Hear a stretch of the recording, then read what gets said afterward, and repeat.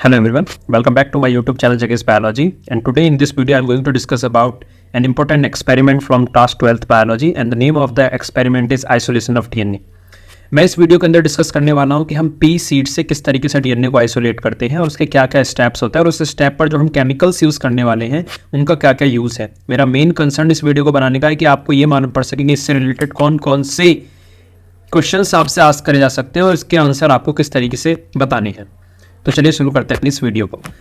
सबसे पहले अगर बात करूँ आइसोलेशन ऑफ डीएनए, अगर इस पर हम बात करें तो ये बेसिकली एक एक्सपेरिमेंट है जहाँ पर सबसे ज़्यादा डिस्कस करा गया आइसोलेशन ऑफ डीएनए का फ्रॉम चैप्टर बायोटेक्नोलॉजी। जब आप बायोटेक्नोलॉजी के दो चैप्टर जो हमारी बुक के अंदर देखते हैं तो उसमें जो प्रिंसिपल्स के बारे में चैप्टर, जो पहला चैप्टर है बायोटेक्नोलॉजी का, फिर उसमें सेकंड चैप्टर जो है एप्लीकेशन का है। तो उसमें जो फर्स्ट चैप्टर है उस चैप्टर के अंदर हमें डीएनए आइसोलेशन के बारे में पता होना था कि डीएनए को किस तरीके से आइसोलेट करते हैं और उसी के बिहाफ पर ये एक्सपेरिमेंट आपको दे रखा है। डीएनए का आइसोलेट करने के लिए कुछ स्टेप्स होते हैं जो मैं फटाफट से बता देता हूँ। अगर आप एग्जैक्ट एक्सपेरिमेंट की वीडियो देखना चाहते हैं तो उसे आप रिकमेंड कर सकते हैं किसी भी यूट्यूब चैनल से और वहाँ से देख सकते हैं। मैं सिर्फ इसमें मेन कंसर्न करना चाहता हूँ कि वाइवा वॉइस पे आपको क्या क्वेश्चन देने हैं, उनके क्या आंसर होंगे। मैंने एक पीडीएफ भी नीचे ड्रॉ कर रखी है जहाँ पर मैंने कुछ क्वेश्चंस के आंसर यहाँ पर लिख रखे हैं जो पर्टिकुलरली आस्क करे जाते हैं और जिन्हें मैं देखता आ रहा हूँ पिछले कुछ 4-5 सालों से कि किस टाइप के क्वेश्चंस पूछे जाते हैं। तो सबसे पहले मैं डिस्कस कर लेता हूँ कि एक्सपेरिमेंट कैसे करा जाता है और इसमें क्या क्या चीज़ें होती हैं, उन सारी बातों को हम डिस्कस कर लेते हैं। और मैं पी सीड के बिहाफ पर आपको ये पूरा एक्सपेरिमेंट बताने वाला हूँ।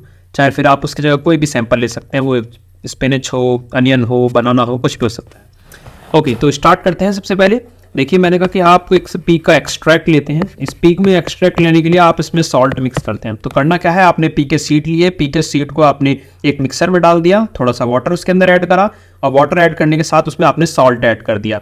पी और सॉल्ट की को मिला के आप एक सॉल्यूशन तैयार कर लेंगे और इस सॉल्यूशन को तैयार करके आप एक साइड रख लेंगे। अब इस सॉल्यूशन के अंदर नेक्स्ट टाइम पे कंडीशन में हम जाए तो इस समय को थोड़ी देर समय के लिए रख देंगे और रखने के बाद से छोड़ देंगे। इसमें सॉल्ट हमने यूज़ करा है, आप नोटिस करें मेरी बातों को, इसमें हमने सॉल्ट यूज़ करा है और सॉल्ट को मिला के सॉल्यूशन तैयार करा है। अब इस सॉल्ट को यूज़ करने का डेफिनेटली कोई ना कोई रीज़न होगा और उस रीज़न को मैं अभी आगे डिस्कस करूंगा जब मैं क्वेश्चन की बात करूंगा। इसके बाद ये सॉल्यूशन बनाने के बाद हम इसमें ऐड करते हैं डिटर्जेंट। उसके बाद आपको इसमें ऐड करना है डिटर्जेंट। यहाँ पर डिटर्जेंट के केस में जब आप पढ़ोगे एक्सपेरिमेंट को तो हम लिक्विड डिटर्जेंट का इस्तेमाल करते हैं क्योंकि वो बहुत इजीली डिसॉल्व कर लेता है इन सारी चीज़ों को। तो डिसॉल्व क्यों करता है, किसको डिसॉल्व करता है, क्यों मिलाया गया है, ये सब बातें हमें यहाँ पर फोकस करनी है कि डिटर्जेंट क्यों बनाया जाता है। डिटर्जेंट को ऐड करने के बाद इसके अंदर आप ऐड करते हैं एंजाइम्स और एंजाइम के लिए हम मीट टेंडराइजर का इस्तेमाल कर सकते हैं जो कि बुक्स वगैरह में लिखा होता है आपके लैब मैनुअल में। अगर वो ना हो तो हम यूज़ करते हैं पपाया जूस का, तो पपाया जूस का हम इस्तेमाल करते हैं। उसके अंदर वो स्पेसिफिक एंजाइम्स होते हैं जिसकी हमें डिमांड है। और फिर इस पपाया जूस का इस्तेमाल करने के बाद आप यहाँ पर क्या करते हो, एक सॉल्यूशन क्रिएट कर लेते हो और उसे कुछ समय के लिए छोड़ देते हो 5 to 10 मिनट्स के लिए।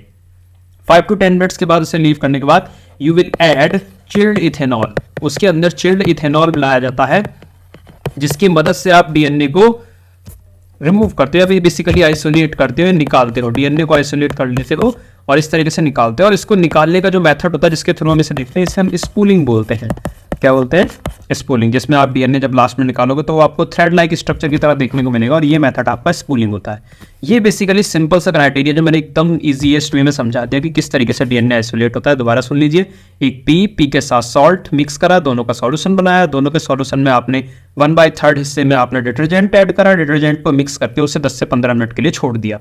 10 से 15 मिनट छोड़ने के बाद आपने उसका सॉल्यूशन को लिया और सॉल्यूशन को लेके उसमें एंजाइम मिक्स करा और एंजाइम मिक्स करने के बाद आपने उसमें ऐड कर दिए, मतलब एंजाइम मिक्स करने के बाद आपने सॉल्यूशन क्रिएट कर लिया। देन उसके बाद आप उसमें ऐड करेंगे चिल्ड इथेनॉल और चिल्ड इथेनॉल को ऐड करके आप उसका सॉल्यूशन बेसिकली उसमें से डीएनए को आइसोलेट कर लेंगे जो आपको फाइन व्हाइट कलर के थ्रेड की तरह देखने को मिलेगा। तो ये बेसिकली एक एक्सपेरिमेंट है डीएनए आइसोलेशन का जो हम इस तरीके से करते हैं। इवन आपको परफॉर्म करा रखा होगा आपके बायोलॉजी टीचर्स ने। मेन क्वेश्चंस इस पे क्या क्या पूछे जाते हैं वो सब मैं डिस्कस करना चाहता हूँ और वो कुछ इस तरीके से हैं। अगर इंपॉर्टेंट क्वेश्चंस की बात करूँ तो आपके सामने एक लिस्ट है। अब यहाँ पर कई सारी चीज़ें तो बहुत कॉमन है जो आपसे पूछा जाती है। फॉर एग्जाम्पल आपसे पूछा जाता है what is the full form of DNA. DNA full form क्या होती है तो आप जानते होंगे सभी, इसको हम बोलते हैं डीऑक्सी राइबो न्यूक्लिक एसिड। ठीक है, इसके अलावा कोई और न्यूक्लिक एसिड होता है अगर आपसे पूछे तो आप कहेंगे यस, आरएनए होता है जिससे हम राइबो न्यूक्लिक एसिड बोलते हैं। दूसरी जो चीज़ इसमें आपसे पूछी जाएगी तो वो ये पूछा जा सकता है कि डीऑक्सीराइबो न्यूक्लिक एसिड के अलावा ये किस एसिड का बना होता है, इसमें कौन सा राइबोज यूज करते हैं। तो आप याद रखना इसमें जो हम राइबोज यूज करते हैं वो डीऑक्सीराइबोज यूज करते हैं। ठीक है, अगर आपसे इस डीएनए की शेप पूछी जाए कि इसकी शेप बताइए, तो ये डबल हेलिक्स होती है। कैसे होती है? Double helix. तो इसकी जो शेप होती है वो डबल हेलिक्स शेप होती है। इस तरीके से हम बनाते हैं इसको। और इसके बारे में कुछ बातें पूछ सकता है, जैसे कि इसमें कितने टाइप के बेस पाए जाते हैं। तो अगर आपसे पूछे नाइट्रोजनस बेस के बारे में कि कौन कौन से नाइट्रोजनस बेस इसमें पाए जाते हैं, तो आप उसका आंसर देंगे 4 बेस होते हैं ATGC। और आई होप आप इन्हें जानते होंगे। A stand for adenine, T stand for thymine, G stand for guanine and C stand for cytosine.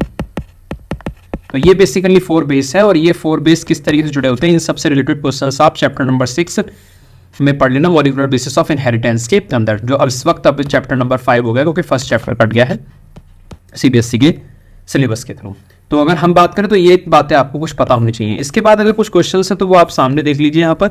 अगर मैं इन क्वेश्चन की बात करूँ तो इसमें सबसे पहला क्वेश्चन है what is the purpose of the liquid detergent in DNA solution. मतलब बेसिकली क्यों हम ऐड करते हैं लिक्विड डिटर्जेंट। जैसे मैंने बताया था कि स्टेप में कि लिक्विड डिटर्जेंट को ऐड करा जाता है डीएनए सिंथेसिस में, तो क्यों ऐड करते हैं। तो इसका आंसर है DNA dissolve fatty molecules that hold the membrane together. यानी जितने भी फैटी मॉलिक्यूल्स होते हैं उनकी मेम्ब्रेन में, उन सारी मेम्ब्रेन की फैटी मॉलिक्यूल्स को डिसॉल्व कर देता है। और डिसॉल्व करने की वजह से जितना भी कंटेंट होता है डीएनए विद प्रोटीन वो सारा का सारा रिमूव हो जाता है, उस सेल से बाहर निकल आता है।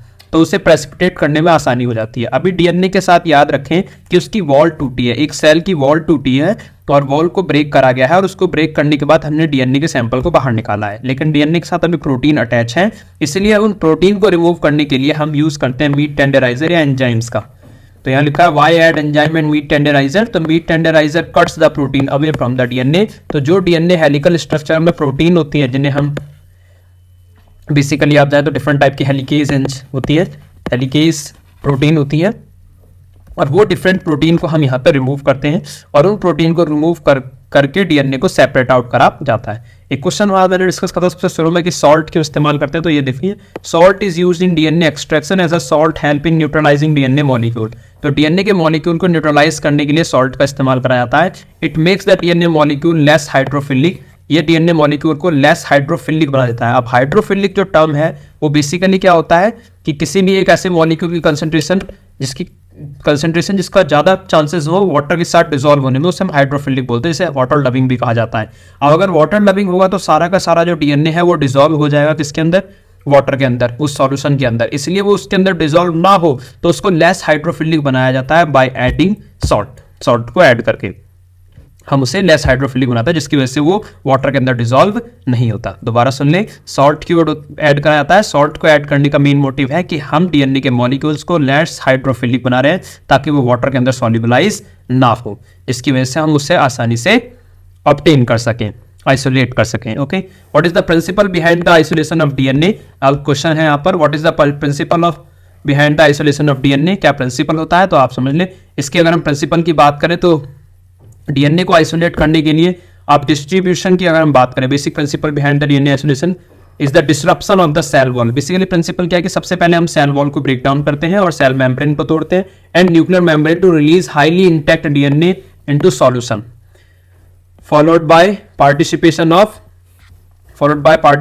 of DNA and removal of contaminating biomolecules such as protein, polysaccharide, lipid, phenols and other secondary metabolites by enzymatic और केमिकल मेथड। यानी अगर ये स्टेटमेंट पढ़ोगे तो क्या कह रही है कि अगर हम प्रिंसिपल की बात करें डीएनए के पीछे, तो सबसे पहले हमें डिस्टर्ब करनी पड़ती है cell wall, then we have to disturb cell membrane, then we have to disturb nuclear membrane. और जब इन सबको हम ब्रेक कर देंगे तो कुछ इस तरीके से अगर आप नोटिस करें कि यहाँ पर अगर एक सेल है तो उस सेल का हमने वॉल पहले ब्रेक करी, फिर उसके अंदर सेल मेम्ब्रेन ब्रेक करी, फिर उसके बाद आ गया न्यूक्लियर की मेम्ब्रेन ब्रेक करी एंड देन उसके बाद जो डीएनए कंटेंट है वो सारा निकल के बाहर हमारे पास आएगा। अब इसके साथ प्रोटीन जुड़ी हुई थी और उस प्रोटीन को रिमूव करने के लिए हमने एंजाइम का इस्तेमाल करा था और इस तरीके से हमें प्योर डीएनए आइसोलेट मिल जाता है। एम क्या है डीएनए आइसोलेट करने का, क्योंकि डीएनए को हम इसलिए आइसोलेट कर रहे हैं ताकि उसके जेनेटिक मटेरियल को सेपरेट कर सकें और उसके जीन्स वगैरह को स्टडी कर सकें।